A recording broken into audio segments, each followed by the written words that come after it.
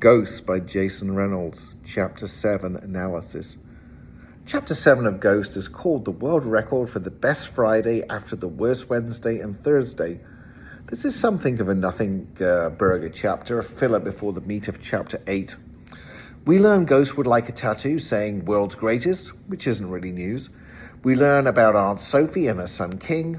Although Ghost's family has this dark cloud over it, it's not all bad. He does have loving family members. So Friday is a day off track, and back at school, even Brandon Simmons seems subdued. Shamika apologizes for her laughter that drove Ghost out of the class, and Ghost shows very little angst compared to previous chapters. Ghost is even mildly annoyed when Mr. Charles brings up his storeroom PTSD from the previous day. There is an important piece of symbolism relating to bullets. Every time my father's face or the sound of his angry voice or the sound of the gun cocking popped into my head, I would just shake out of my head by thinking about my bullets, the silver bullets, Ghost says in relation to his shoes.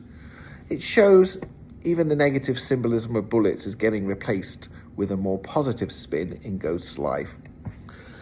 Ghost's attitude to running has also changed in this chapter. In Chapter 2, he was dismissive. Now he says there are no real runners in Martin Luther King Park. Obviously thinking of himself as being a real runner at this point. He goes to the basketball court where there are a lot of sketchy characters hanging around. When a junkie starts howling like a wolf, he concludes it's time to leave. The passage is somewhat symbolic. Ghost used to aspire to the basketball court in the park, but now he's moving on. He joins the other newbies in the coach's cab as they go to the newbies' dinner.